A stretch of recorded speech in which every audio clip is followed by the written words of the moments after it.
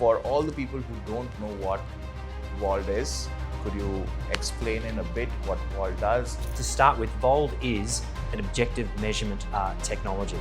We're a company that has a number of different systems that measures strength and range of movement. In India, where do you see the utilization of sports tech?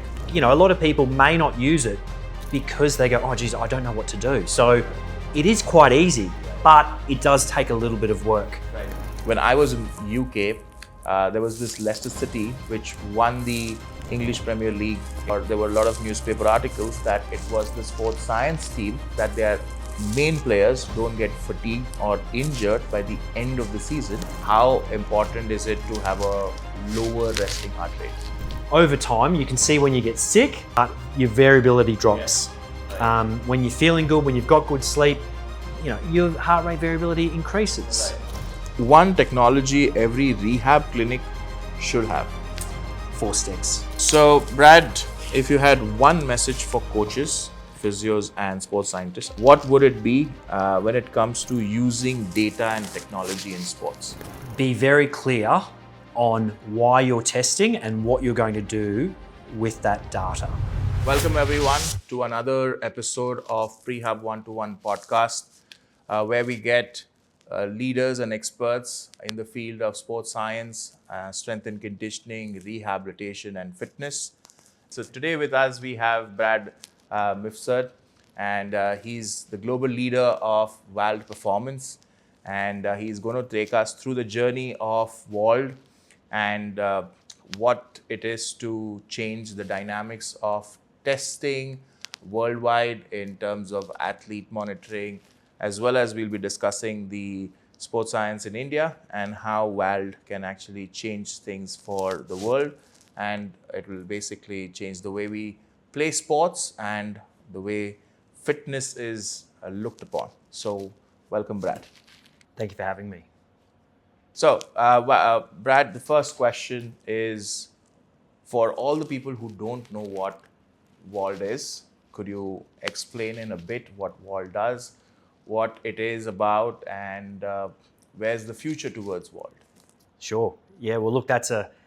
to start with, Vald is an objective measurement technology. We're a company that has a number of different systems that measures strength and range of movement. The difference, though, is not only do we measure it, we now have over 120 million data points with 50,000 extra a day, which is around 20 million extra per year, that allows practitioners across a broad spectrum, from sports to senior health, which we were talking about earlier, to when the client asks, how did I go? Is that test good?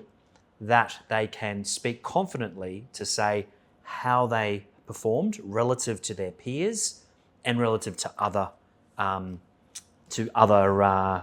values that, you know, with whether it's prehab or whatever it is, post-operative conditions, whatever, they can speak confidently about where that patient's at. Okay. What are the different equipments or testing devices does Vald have? Well, currently we have, and our most popular is ForceDecks, which are uniaxial dual force plate system, which pretty much is our most successful product worldwide. It's in most of the professional sporting teams that we have, if not all. It's in numerous universities, hospitals, clinics, schools. So there's a very broad range of people that utilize ForceDecks every day. That's the first one, that's probably the easiest one to highlight. Secondly, we have a force frame. Our force frame is a fixed frame isometric dynamometer built at the feedback we got from Manchester City many years ago, selling them a NordBord, which I'll talk about later, is that they wanted to measure groin strength for athletes that were struggling with groin pain and issues. So Laurie and Sam, our co-founders, brought that feedback back to Brisbane and built what is now a system that's used in most professional teams as well. It used to be called the groin bar back in the day, and it could only measure hip adduction and abduction. It can now measure anything from neck strength to toe strength across the body, and everything in between. So it's a great system, and it's utilised here in India today. Yes. The next one, obviously, is the godfather of all of our products, which was the NordBord, which came from a QUT PhD experiment with Tony Shields and Dave Opar. Tony Shields still teaches and lectures at QUT, and Dave Opar is the premier hamstring researcher worldwide.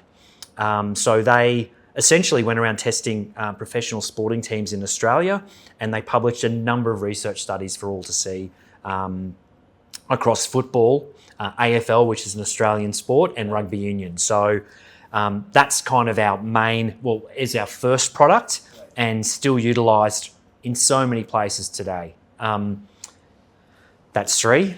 The fourth, we have timing gates. It was purchased from another company, Fusion Sport, and now we've built our own versions of their technology. Once again, already utilised here in India, but it's a very cool system. You can run anything from straight line or change of direction drills through to reactive custom drills where you're reacting to a sound or a light. Fifth, that's 4, 5, 6. I have to go through and count. HumanTrak is a motion capture system. So it's markerless video analysis system where we have 30 plus tests which can measure the range of motion across your body. It can also measure a couple of metrics like how far you can broad jump, how high you can jump.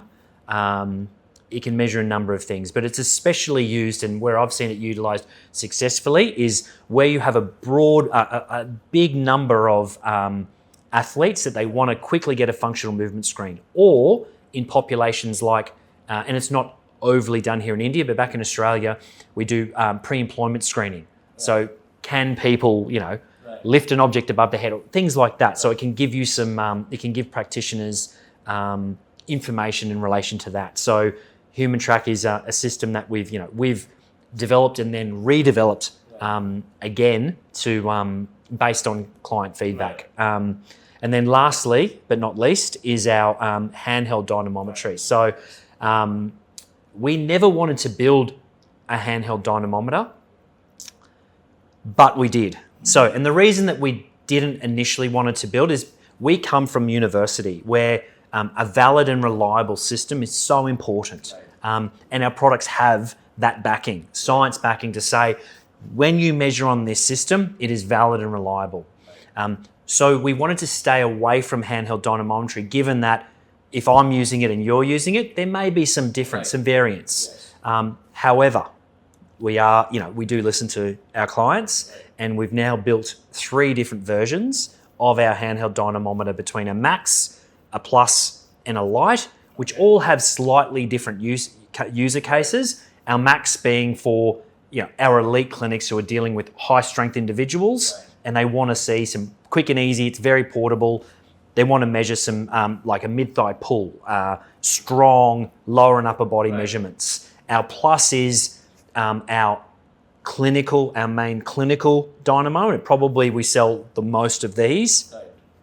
It also does, the Plus does grip strength, so super important in so many different clinics. And then the Lite is just a push version of those, because the other 2 will do tension and compression. So the last model is a small handheld device, which probably you'd see in India a lot. It's just a quick push version and can do range of motion. So manual muscle testing one. Well, it still gives an objective measurement because you're pushing into the device,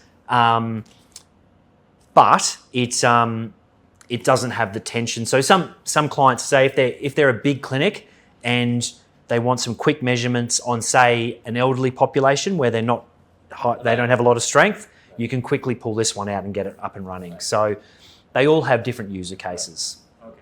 So you spoke about power testing through the force frames, the NordBord for your isokinetic strength for hamstrings. Yes. Plus you have your frames which basically are very good for your isometric strengths as well. Absolutely. And then dynamometer for your grip strength and other strengths. Even I think neck strength can be measured with that as well because of the push which you could do. So absolutely. There's a study by, I think it was Australian Rugby, I may be wrong, looking at the influence of neck strength and concussion, the relationship. Exactly. So look, there's the good thing about working at Vald over these last, nearly 4 years is seeing the different uses that the clients put this through. They know that it's valid and reliable, so they will run different studies using our systems. And a doctor in Melbourne did some research on toe strength and its influence on injury in ballet dancers. Yes. So you've just got all these broad range of different ideas that people bring where they have a hypothesis and they see how it plays out. So it's really interesting times to see the increase in information that our products are generating. Great. So why did Vald actually start into so much of tech, right? Because as sports scientists or as performance analysts, we were used to softwares, not hardwares. So how did this approach towards hardware come in, and how is it changing the way we look at sports science? Sure. Well, look, that's a great question. I would actually say that Vald is predominantly a software company. However, we utilize various valid and objective, valid and reliable hardware, but it's what we do with the data after that in the background. But it goes back to where we started, and that was a PhD experiment at QUT many years ago, where they were looking at the relationship of hamstring strength, which they were measuring, eccentric hamstring strength, and how that played out in injuries. So essentially when they measured it in footballers, for argument's sake, if the footballer had an eccentric hamstring strength below 325 newtons in either leg, they had something like a 2.5 times more likely to tear their hamstring in that season. If they had a difference in rugby players of over 25% between their left and right leg, like an asymmetry, they were 3.5 times more likely to tear their hamstring in that season. So these were published studies. So that's where we started. And we certainly are, we certainly do have these hardware devices, but our software is really what's been driving how the impact that can have in different settings. So pre-COVID, we were very much into elite sport. We have all the Premier League. Yes. We have nearly all the NBA, most of the NFL, if not all of the NFL. We have all of the professional teams in Australia. We have numerous European football teams. Right. We have the Indian cricket team. Yes. We have big institutes and professional sporting teams across the world. Right. After, though, COVID, when people were potentially leaving an elite job, so say a head of physio role, a head of performance role, going back to clinic, they were sort of saying, well, how do we use this in clinic? Exactly. And, the guys, my understanding was the guys were like, why would you want to? So we didn't kind of, we thought it might work, but we didn't see that market. Anyway, there was a few conversations and then it really started to click. And so not only does that then drive a bigger market, but that new market then drives different feedback for how the software talks about the information that's being provided. So now, we can quickly and easily change between metrics on any test on our ForceDecks platform to give that clinician that's using it the right information. And it'll be different between your sports scientist, or your head of performance at the local, internet or the local professional team, compared to a clinician that's doing a sit-to-stand test with your grandmother, or returning from an ACL operation, like a post-operative condition, rehabilitation. They're looking at different things. So we can quickly and easily change metrics. We can then quickly and easily change how those metrics are visualized. And this is, that's probably where I see has been the main impact, is how the software is visualizing that data for whatever practitioner needs to look at that data and then potentially either communicate with the patient, the player, or the coach for whatever reason. Hey, coach, this guy's not going to be right this weekend. We still haven't got him back to where we need to be. Rather, or hey, you're ready to run. You're 3 months post-operative, ACL. You're strong enough now to get back into running. Let's start. So visualizing these metrics to be meaningful is what I've seen has been the biggest change in the last handful of years that I've worked with Vald. Great. So for a lot of people who don't know about testing and don't know about what tech goes behind this, like yesterday we won the T20 World Cup. What a game. Obviously you've seen that. What a game. Exactly. So for the people who don't know how testing works, could we take an example of the cricket team? And you guys do supply to the Indian cricket team. So from a perspective of, for example, batsmen. So what type of tests would you do or would Vald help in analyzing a batsman versus a bowler? And then we could discuss the others as well. Sure. Great question. So I've not gone into BCCI, but I have worked with a lot of I've seen the Australian cricket teams and how they've utilised them across our state academies through to the national team.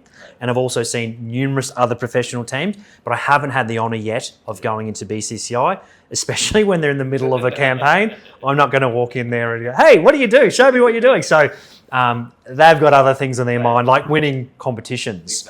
But that's a great point on how they utilise it. So testing can be utilised when they're looking at how they put up their program for the next couple of weeks. So they say they may test, how far you hit the ball can be, and this is the same in golf, cricket, a number of those sports. There's a number of metrics of a counter movement jump, which is hands on hips and a lower body power test.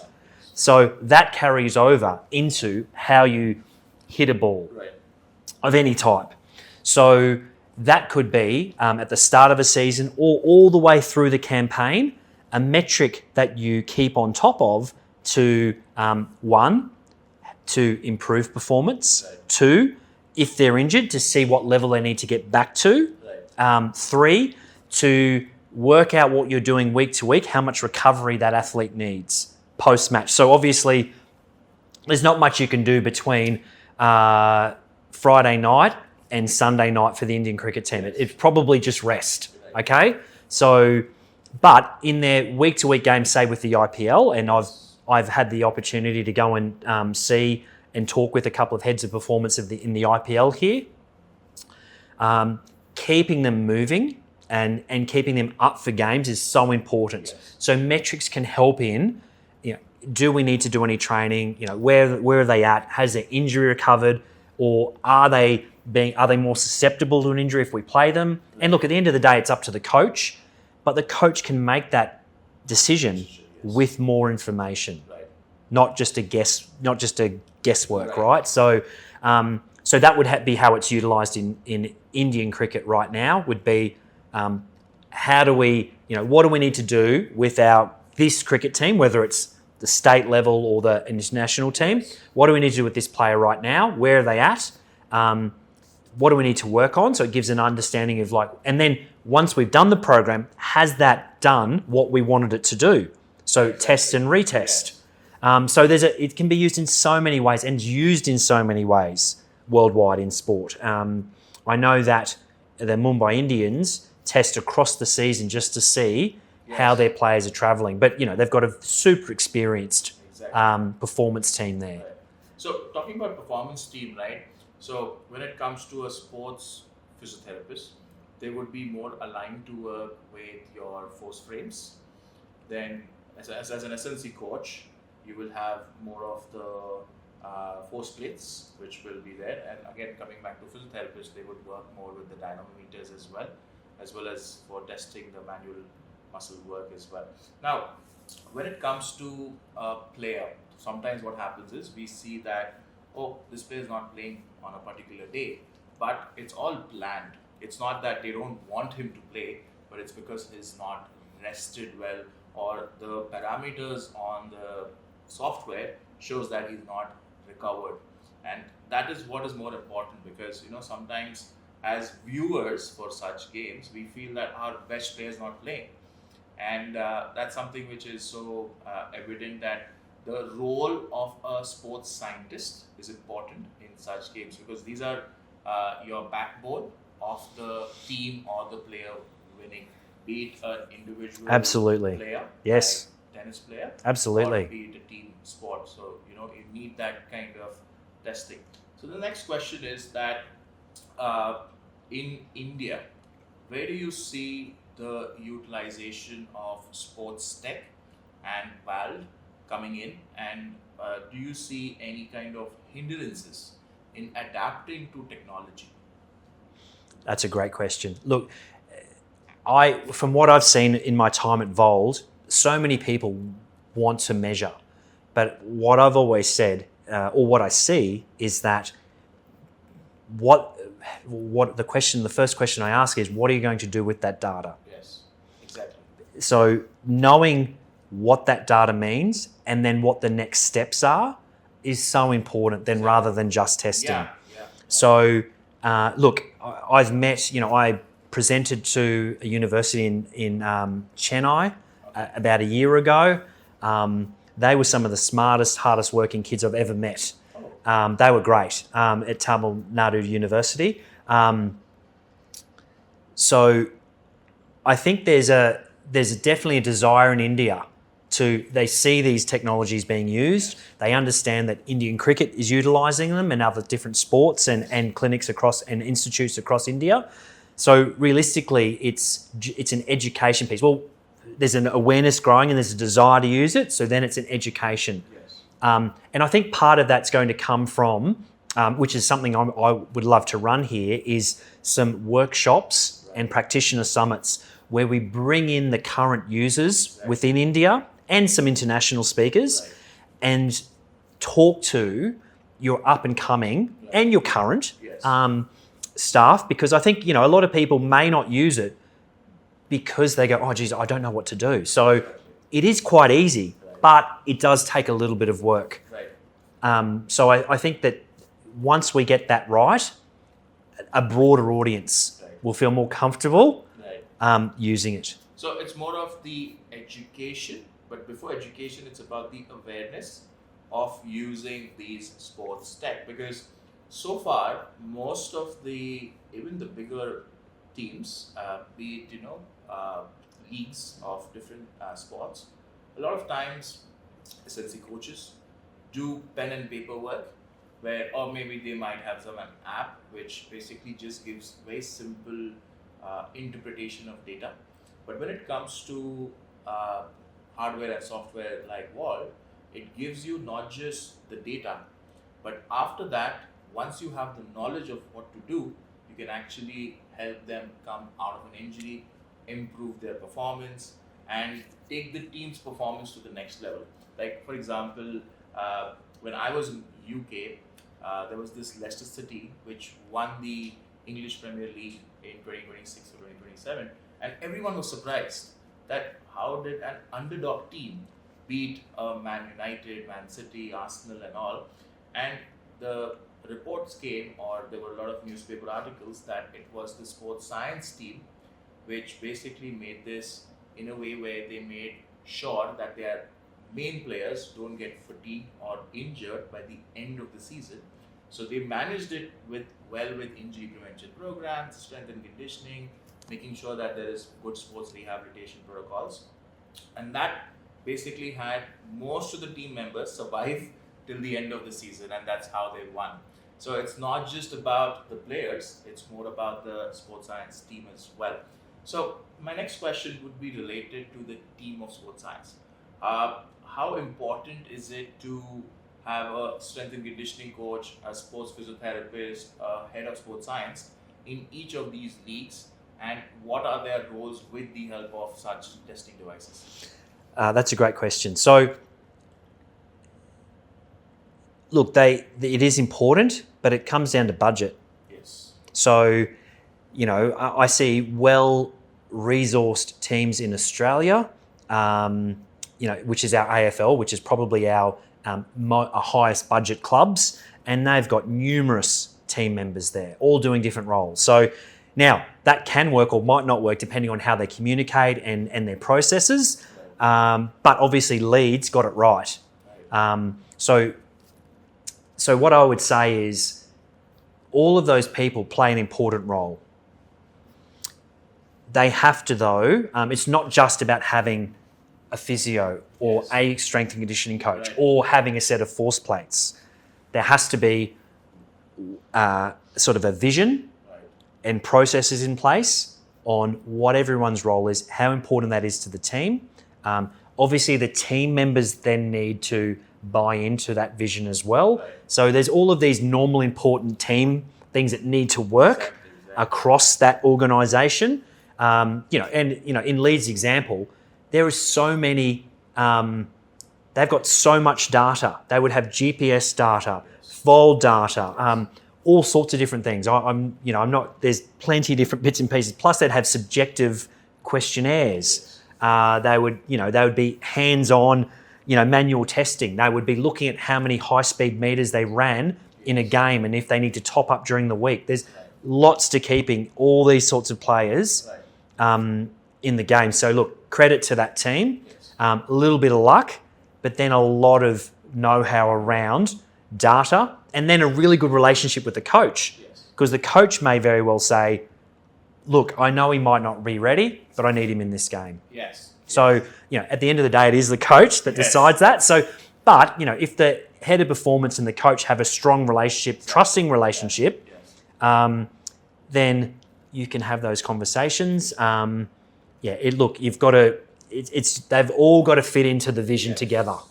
So, and it might be, it's all very well and good that a high performance guy will say, don't play this guy.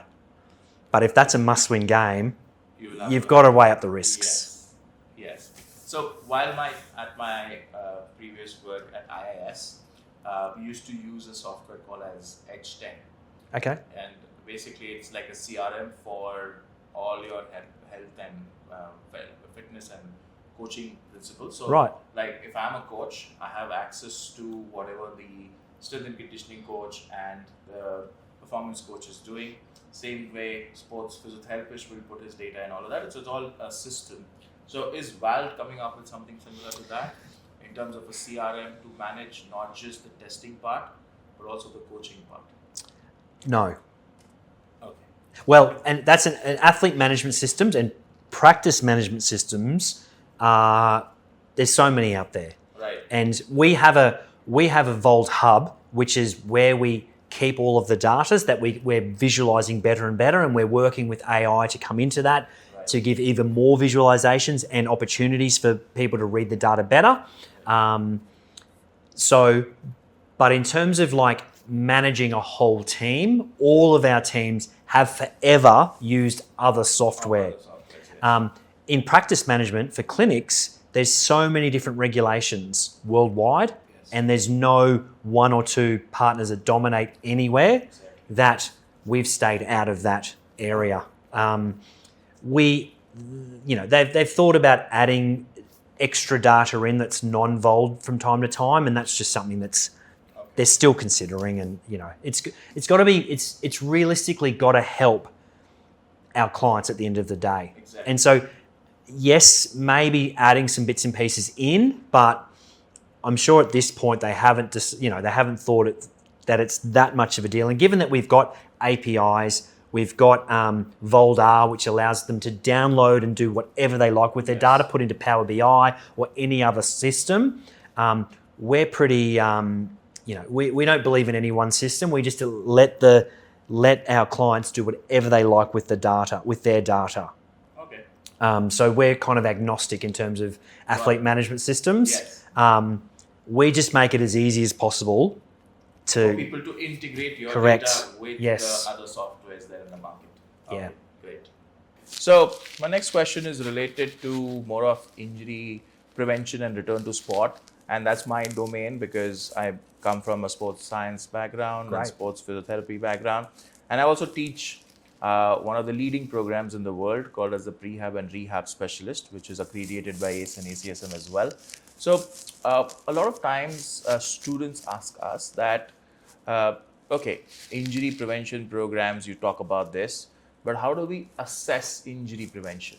Because see, repetitive injuries are bound to happen because of lack of strength, flexibility, but how do we measure that, right? And there are certain ways of doing it in a crude manner, but how would Vald actually help in an injury prevention program and also at the end of your rehab towards return to sport testing?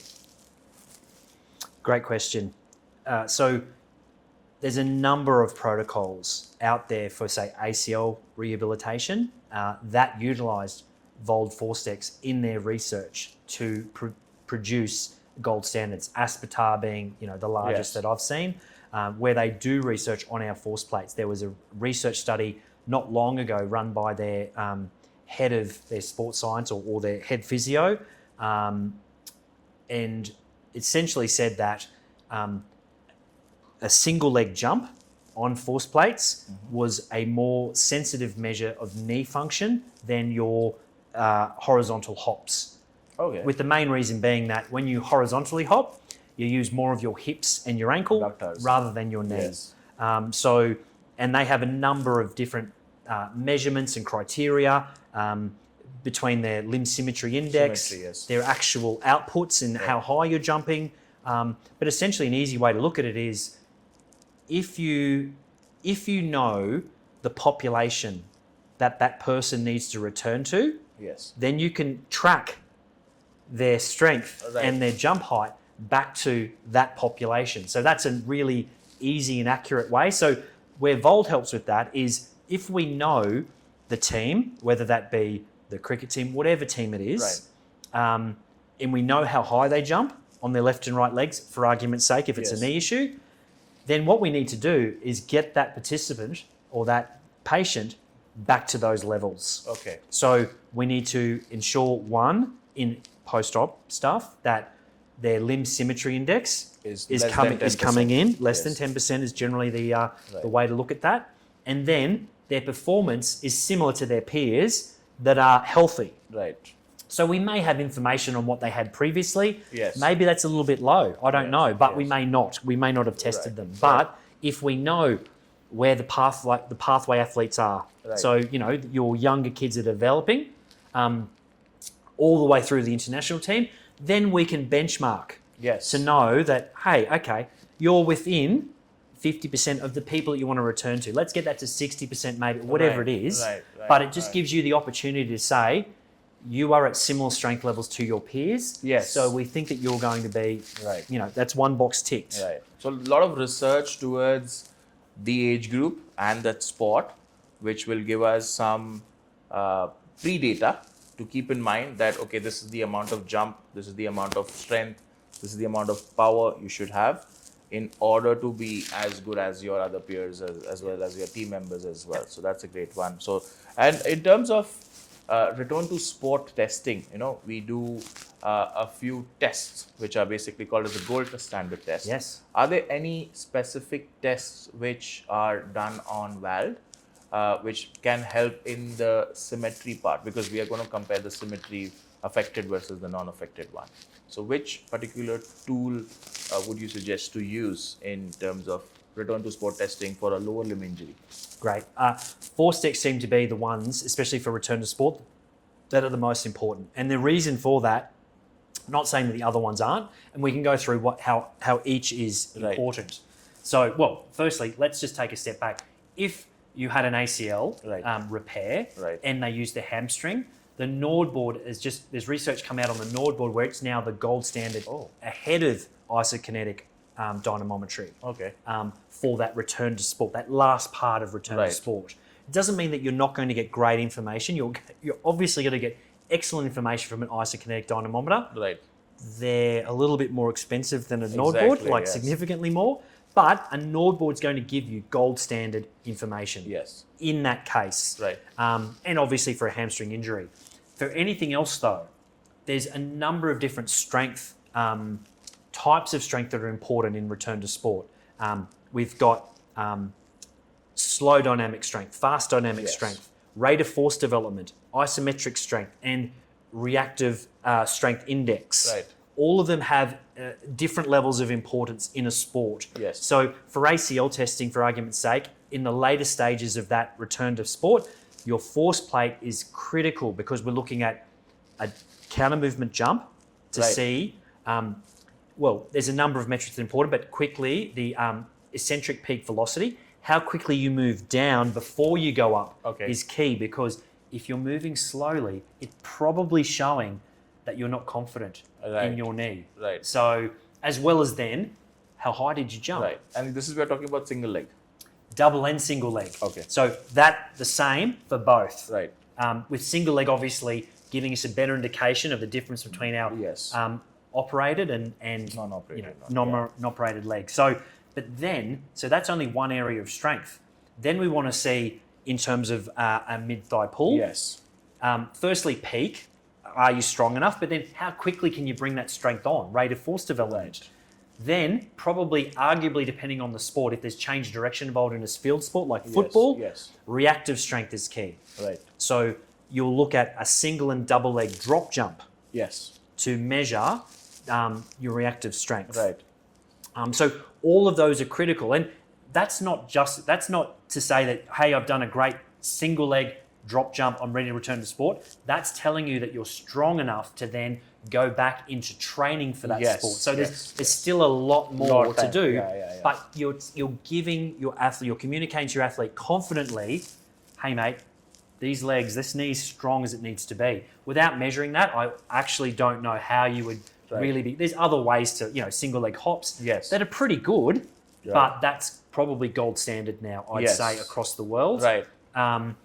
To really look at. So yeah, isokinetic dynamometry, that's great. It's Right. not telling us reactive strength and all those other critical features. Right. It's just giving an understanding of strength in that at that speed, Yes. right? Yes. Yes. Great, but arguably reactive strength in change of direction, high load running sports like football, Right. other sports, it's probably more crucial to get a broader picture. Right. There's never going to be one metric that's Exactly. important, right? Yes. Yes. It's looking at all of them, as well as still doing all of your horizontal tests. Yes. As Right. well as looking at them when they run, getting their speed. How fast are they? As Right. fast as they used to be? Right. Are they as fast as the population? How do they look in training? Right. When they go and step off that leg, they're sharp off their good leg. Are they, Right. on their operated leg, how do they look? Right. To start with, they'll look really Yes. slow and then they'll come off. So making sure that's within the parameters Right. is crucial to like a gold standard Test. return. Right. So that's a great add-on in terms of from a return to sport testing. What we do currently in our programs as well as in our teaching online for the education part of it, we do the triple hop test, we do the cross hop test, Great. side hop test. Yes. We have the Y balance test. We have the single leg squat test. We also do the leg press single leg Great. test as well. Yes. And then we have them do a 20-meter agility run and a T-test as well. Yep. So all of these are from a return to sport perspective for general sports. Yes. And then we then call our strength and conditioning coach to help us with more sports specific assessments which are required for them. Right? Perfect. So we spoke about injury prevention and return to sport. Now this person is ready to go back to his sport. Now, where does the next thing come in terms of strength and conditioning? And this is where Vald is all about, strength and conditioning, right? So strength, yes, we know what to do with it, but how do you can find out about conditioning, about how they are improving their aerobic capacity with the help of Vald? And does that support? I'm not sure about that. It's just a question. Well, we don't directly measure aerobic capacity using Vald products. There's a number of well-established field tests Right. that all of our practitioners would use, depending on what's relevant for their situation. So it may be a yo-yo, it may be a Bronco. It may be on a treadmill with Yes. with a VO2 max VO2 setup, max, like right. yes. So, what resources do they have? That sort of thing is important. And I'd probably say that field tests are, when you're just measuring capacity are really useful. But also like how they're moving in a game, you know, all those training sessions is super crucial for the physio, the strength and conditioning guy, your coach, Right. you know, to watch them play, and for just getting that feedback from the player. Right. How'd you feel in that drill? You know, having non-contact drills, into contact drills, into contested drills, whatever the sport is, right? So, so what we do look at though within Vald is peak and mean forces. Right. So we would look at are you strong enough in a 1 rep, and then how that translates over a couple of different reps, whether you have a huge drop. Because obviously you're being able to exhibit strength is important, but obviously then, you know, if you're aerobically fit or you've got strength endurance, how, you know, your repeatability, and depending on what sport is, you know, the context is important. So it may be that repeated sprints is more important than aerobic fitness. Right. It may be equal as important. So picking the right test, and that's where the strength and conditioning coach comes in. They know the sport, so hopefully they will have a number of those tests ready to go. So the force plates, our ForceDecks, the force frame, all of those things are giving you the underlying parameters to then move forward into your more move into your more sport-specific stuff. Right. Green light, go and do some non-contested things, whatever that is. Right. Because a lot of times what happens with leagues in India as well, you have a timeline to sign up a player, and you need to do their tests, and then you need to have their baseline parameters. And I think that's where Vald would come in to assess the pre. And then obviously you have your pre-season where you're getting a test, your self-tested. And after that, then again, you see how much is your improvement as well. Like now we have IPL coming in, end of March. We have the IPL players, not the ones who played yesterday, but the other ones who are basically going into pre-testing and all of that. And that's where the role of a strength and conditioning coach as well as a sports rehabilitation person comes in. Absolutely. And look, the IPL is a really interesting one because it's growing, its season's growing. The number of games have increased. They're coming off T20 World Cups. You know, so there's so many games. You know, you've picked a team, you're not really sure on their injury status right now. That's where testing can help. You know, hey, we want this guy to play in our most important games. What are they? Are there games where we can rest them in? You know, maybe not. You know, obviously the coach, you know, the coach needs results. Right? So, you know, am I going to put, you know, am I going to put my best guys on the field in game 1? It depends. You know, am I going to let them miss a few games? It's, you know, this is the calls that they have to make. But having the information in front of you just helps make those decisions. There's no, you know, my favourite team back in Brisbane, you know, they had a game where, you know, they were coming through a big season. They were eventual premiers last year, but one game they had 3 hamstring injuries. Now, it's tough because those were our best couple of players. You know, they needed some rest. They needed, you know, but then, hey, we need to use this game. So the coach would have had a discussion with the high performance team. You know, where are these guys at? They're a risk. Okay? And on one play where one of their guys made a break and sprinted downfield, we did 2 injuries chasing him. So, you know, that's tough because that's something that's not normal in the game where you make a break and they run the whole length of the field to score. So they were going fine for the rest of the game, keeping up with the demands. Something else pops up, they weren't ready. But the coach would have made that decision knowing we're not going to win this game unless we have these boys on the field. So, you know, sports science can't prevent these acute injuries. Contact-based injuries. But they can have a say, hey, this is, you know, they're at higher risk. So like from a perspective of muscle fatigue through RPE to understand about what they are, even sleep score, right? Everything. All of that. HRV. Sleep scores. That was my next question actually. That I'm sure that Vald not yet has started wearable technology, but is that something which is going to be coming up for measuring? Obviously we have Whoop and Apple Fitness and everything. But is that something which Vald looks up for, like to come up with? Look, I think Vald, we're at the forefront of so many of these bits and pieces. We're essentially the biggest sports science, measurable technology company now. Yes. So, but Garmin's and things that are doing this wearable stuff are huge. Yes.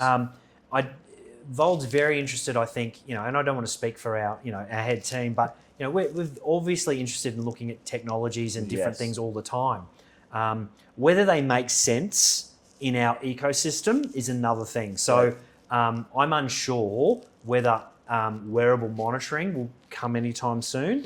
Right. It has to probably make sense, fit into our current ecosystem. Yes. We've got different things in our Brisbane HQ all the time that the guys are investigating. Right. Engineering teams having a look at. They're thinking about.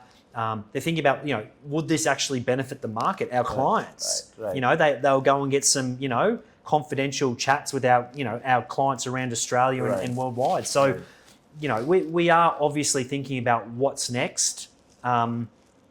And there's a lot of technologies in that space. Yes. It's more so, like when the NordBord came out, it was clear that was valid and reliable measurement technology. Yes. There's so many other things that wouldn't make it through a university validity test. So, there has to be a couple of things for Vald to be really interested. There has to be like a really good, market space for that product. Right. Obviously wearables, everyone wears it now. I've got my Garmin on. Yes. I review scores. I measure all my runs. Yes. So there's a lot of technology and they're always looking at new technology, I guess is the best answer. Right. Because what happens a lot of times is with watches and rings and all of these basically are not so accurate. But when we talk about the straps, right? A lot of people don't do straps. Like Polar was one of the first companies, and other than that, there are like very small percentage of people use the strap monitors, but that gives you a good amount of data. Your real-time ECG, your real-time HRV, because when it's coming more distally to your extremities, it's not giving you the exact appropriate HRV. It's obviously use of analysis and AI and all of that to give you an idea. But I think chest straps would be something which would be one of the pioneers in measuring heart rates, and I use one for all my runs. Yes, So that's something which I feel is required, and I think Vald should come up with that as well.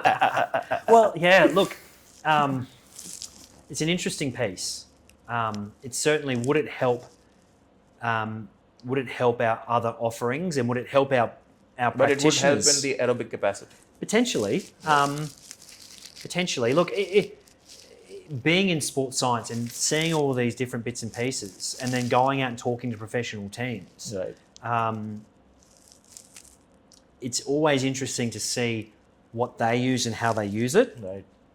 And I feel that, it's funny that you mentioned conditioning as opposed to strength and conditioning, because, our association in Australia, which is ASCA, the Australian Strength and Conditioning Association, which I believe comes and does some certifications here. Yes, they do. Which a number of my friends in the organisation come and run those courses. I believe there's a big push to actually make the conditioning side relevant, because traditionally the Strength and Conditioning Association has been all about strength. Yes. The lifting and getting stronger and more powerful.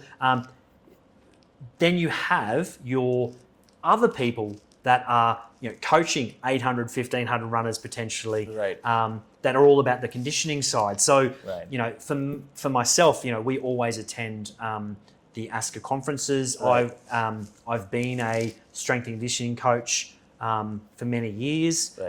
So, the conditioning is a very important aspect of different sports. But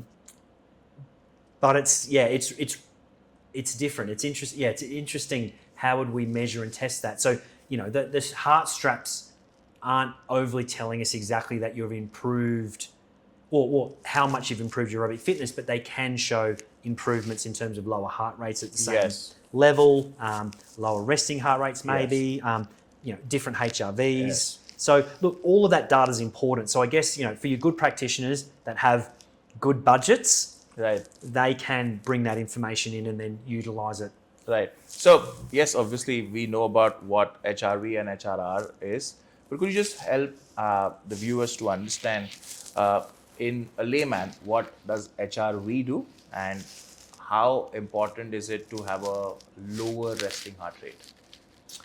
Oh, goodness. Wow, you're really stretching me here on my sports science knowledge. Well, look, it's something that I measure daily. So there's a group of research that shows that, and I measure this daily through my sleep patterns on my Garmin. How accurate that is, I haven't really done all of the reading. Right. But for me, it's more about trend. Right. You know what I mean? I don't need to know that I'm exactly 67 milliseconds. It's not important. Right.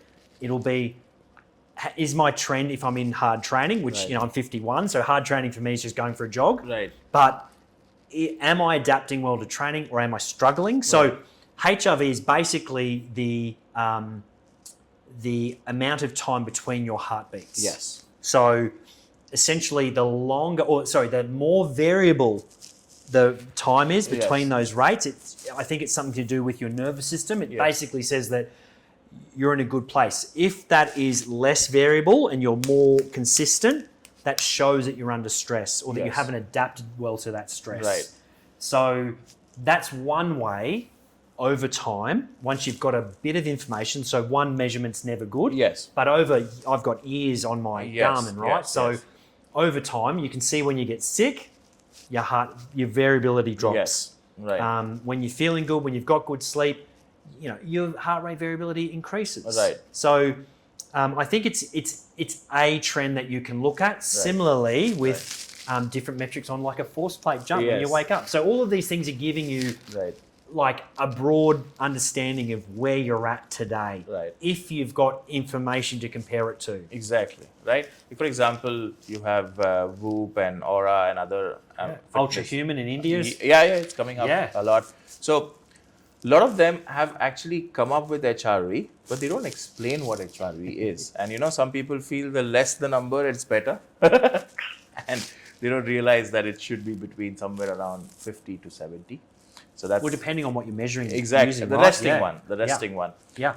And obviously also it's, during the sets in between your strength sessions, that's also important to measure HRV because then whether that's changing or variable is one. The second one was the resting heart rate, right? Because let's talk about the elite athletes. They have all between 40s and 50s resting heart rate. And in India, we have average of about 80 plus, which is very bad. So could you just explain about why resting heart rate should be less and how that affects the body? Look, resting heart rate is another area where it shows whether your sleep, where you're recovering and having good sleep. Yes. So I think my understanding is, and for my own, which I've measured over many years since probably COVID myself, is that, and my resting heart rate sits between 41 and 46. Unless I'm flying back overnight on a plane, then I don't get any sleep, then it's probably sitting at 60. But my understanding is that that's another way that looks at your nervous system and how you're reacting to stress. So if you've got a high resting heart rate, like over 50, over 60, that's too low for India. well, I mean, I'm saying over, right? So over that, I think what it's showing is that you don't have a consistent, good sleep pattern ingrained. Right. Which just means that if your body is under any other stress, it's less likely to adapt properly. Right. So the lower your heart rate, the higher your heart rate variability. Yes. Consistently. Right. Not just one-offs. Right.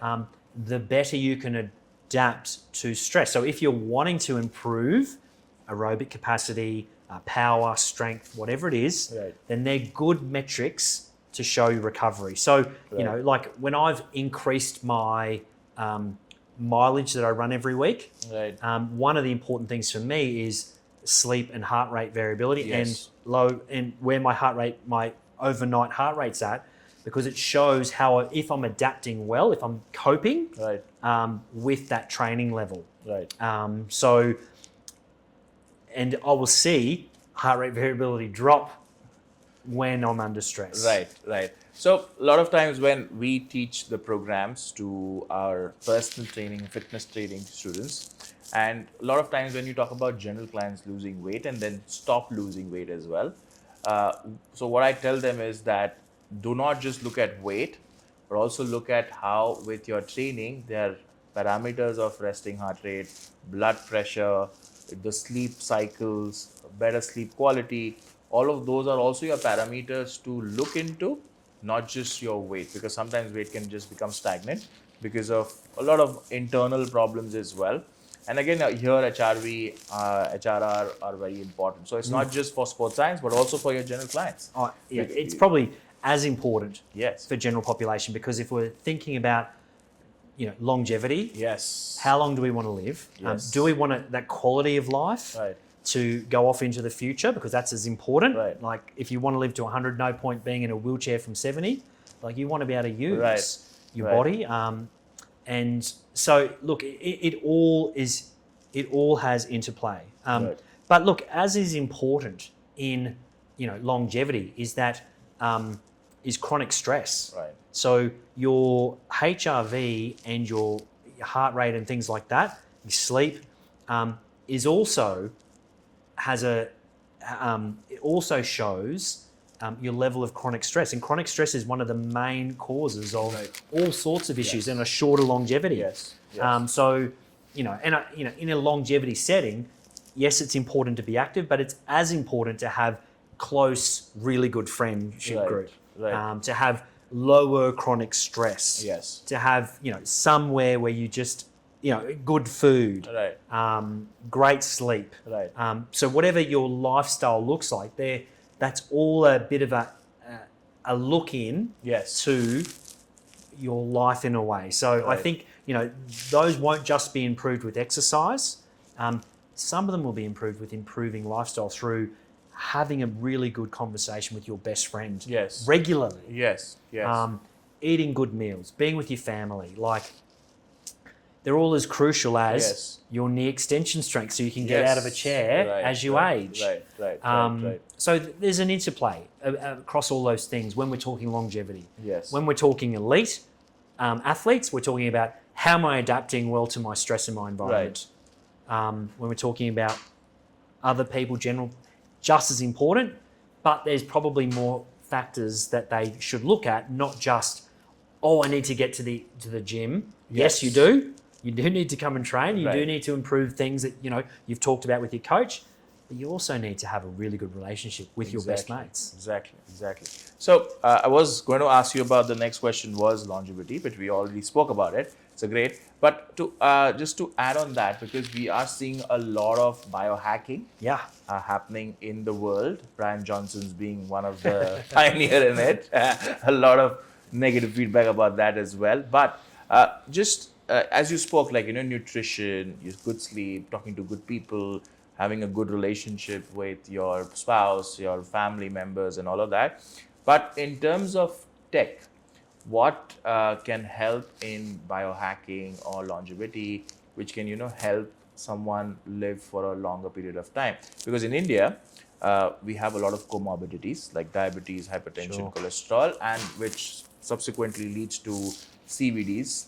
So all these NCDs which are happening nowadays. So how would longevity clinics, or what should it have and what it should be focusing on? Because a lot of newer professional fitness and health coaches are looking to give not just a gym related service, but also focus on the relaxation and longevity part as well. So what can we add in that part as well? Sure. Well, we have longevity clients in India right now. Yes. So, a number of them have, look at a very broad range of things, from MRIs to blood markers to MSK Health. So where we're involved is in looking at, are you healthy from an MSK perspective, like a musculoskeletal perspective? So, are you strong enough to what's your grip strength like? And there's a lot of research on these things, Yes. right? So knee extension strength has a correlation with sarcopenia. Yes. You know, with muscle wastage as you age is related to osteoporosis and a number of other Yes. factors. Yes. So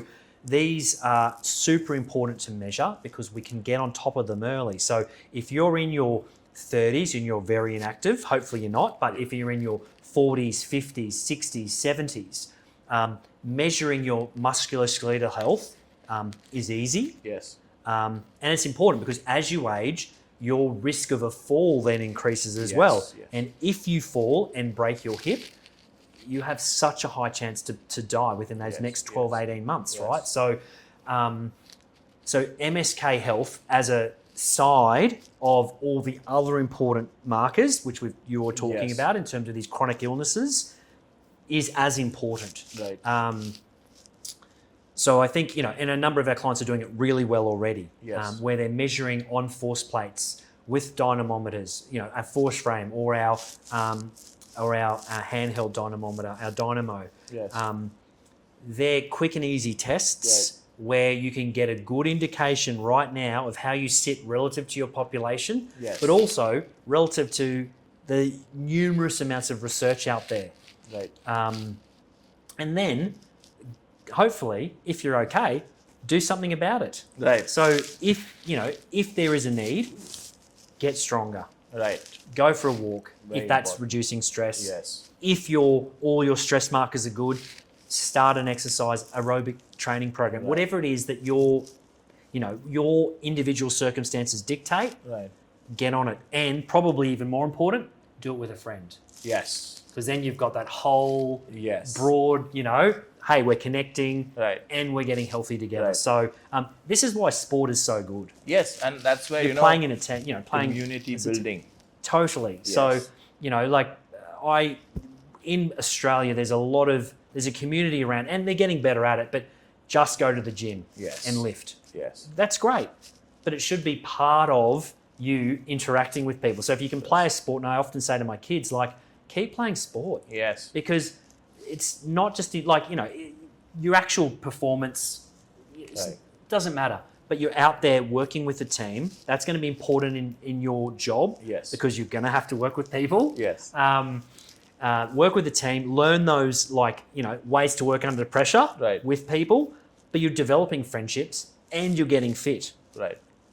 or keeping your fitness, whatever it is that you have as a goal. So, I think where we fit into that is early diagnosis Yes. of potential issues, and then giving that information to the patient and hopefully someone educated Yes. that then does something with it to help them get Right. back on track. So first thing is obviously getting the right assessments, talking and consulting to the right doctors who then can approach doctors and fitness professionals, because fitness professionals will take care of the side towards losing weight, making sure that all these NCDs are now reversing, and if not reversing, remission at least to a level where it's not causing any problems Absolutely. as such. Right? Yeah, that's right. And that's going to be a broad range of people. Hey, I've got osteoarthritis. Hey, I've got, I've got a meniscus issue here. Right. I've had it for years. Whatever Yes. that is, it's working with the right people so that you're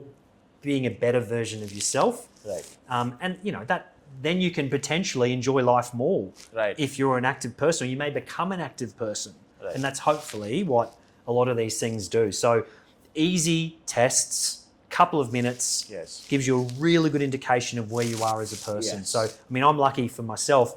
I demonstrate our products a lot. So I Yes. get to see daily nearly what I'm jumping, how my balance is. Right. Can I stabilize quickly? What my grip strength is. So I've got a very good understanding of my MSK health. Right. Plus every day I'm running, I know Right. where I'm kind of at, Exactly. right? Exactly. So for me, it's more so probably about blood markers and Yes, other things yes. that are just as important to right. get an understanding of, is there anything else I need to work on or do? Right. So this next round is more towards rapid fire, and I want you to basically just give me a one sentence thing for this. So let's start with the first question. One performance test every coach should use. This could be an SNC coach. Counter movement jump on force plates. Okay, great. Biggest myth in sports science? Oh, that's a hard one. Limb asymmetry index is important on its own without context. Okay. Or limb symmetry index, I should say. Right. Most underrated metric in athlete monitoring? Contraction time, which is start of the movement to toe off on a counter movement jump. So it's how long did I take to perform that movement? Okay. That's mainly type 2 muscle fiber. Well, it's looking at changes in that, because if they're strong enough, they'll jump as high, Yes. but changes in how long it takes them to produce that height Right. is important and a very underrated metric. Okay. One technology every rehab clinic should have? ForceDecks. Okay. And why? There's so much gold standard research done on those ForceDecks. You can use it for upper and lower body, and you can use it across different strength domains. Okay. Whereas your handheld dynamometers, you're only looking at isometric strength Yes. in one joint. Right. ForceDecks give you that dynamic movement. Super important. One skill every sports science student must learn? Communication is key. Very good. It is the most important thing. One technology every performance lab should have? Easy. Go back to ForceDecks. Future of sports science in India in one word? Emerging. Great. And advice to new students who are upcoming in their sports science journey? Get under good people Right. and get mentored. Very nice, very nice. Because that's something which a lot of people don't do. Yes, great. So, Brad, if you had one message for coaches, physios, and sports scientists around the world, what would it be when it comes to using data and technology in sports? Be very clear on why you're testing and what you're going to do with that data. Right. Because not just interpretation of data, but also to use the data in terms of performance enhancement and rehab as well. Absolutely. Don't test for test's sake. Yeah, that's important. That's important. Okay.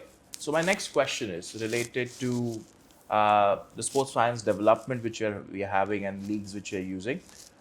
We have potentially a role towards having Olympics in India. So we are planning to bid for the Olympics 2036. From this, obviously, there is a lot of testing requirements, and we want India to be on the world map for hosting Olympics, but also winning medals, because Sure. we've always been on the other side of the grass, where being 1.4 billion people, but hardly even having 14 medals, right?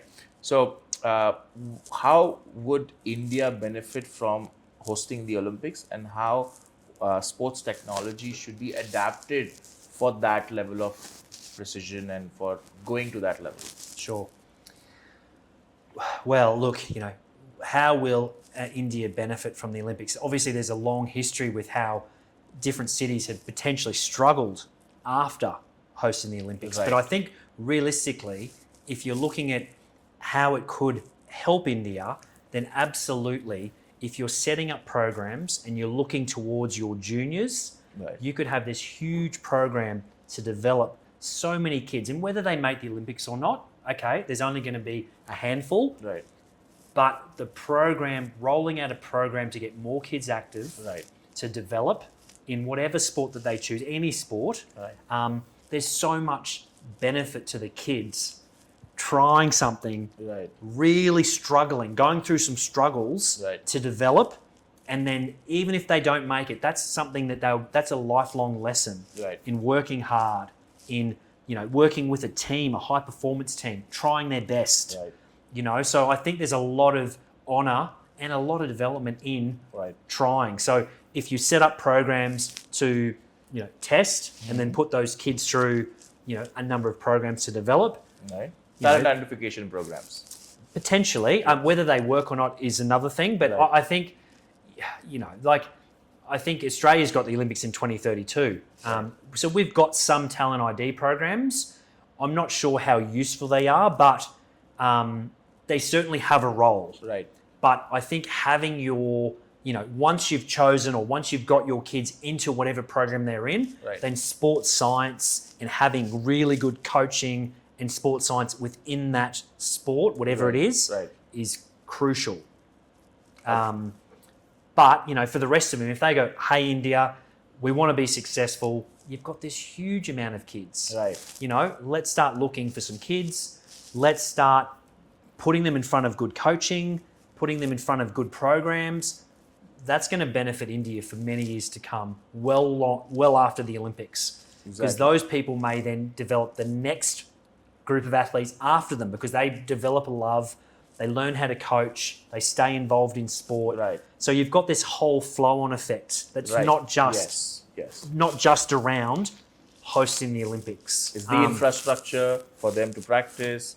It's also all about sports science development as well. Yes, using so many technology. opportunities. Yes. Right. Getting the students involved under those mentors like we were talking about. Yes. You go, okay, do we have someone in India that can run, that can head our, I'll just pick a program, track and field program. Right. I don't know. So maybe you get someone from America. Yes. And that person comes in and then you have you go, right, we've got 15 Indian guys that we've handpicked. They're all under you. So they get that exposure. Right. Then they go back to their state and then they start developing a track and field program that then in 20 years becomes amazing. So you never know how, but with good planning, like that sort of stuff can happen. Right. Great. Okay. So, Brad, we had a very good chat on a lot of tech and sports science as well as development of Indian ecosystem towards the relevancy of sports science and technology. So thank you for sharing your insights on all these things. And we also went towards general population as well. And it was a good time and good speaking with you on camera as well as off camera as well. So the dosa was great. Yes, thank you so much. And it's also free for that matter. Oh, so good. Oh, the coffee's brilliant. Yeah, yes. Look, appreciate you having me. Great. So thank you for watching this podcast, and we will have more such sports leaders and technology leaders to come and talk to us and help us to understand more about the sports science background, the technology, and the development in this field of sports science and rehabilitation as well. So thank you, Brad, for coming and sharing your insights. Thank you so much. Thank you.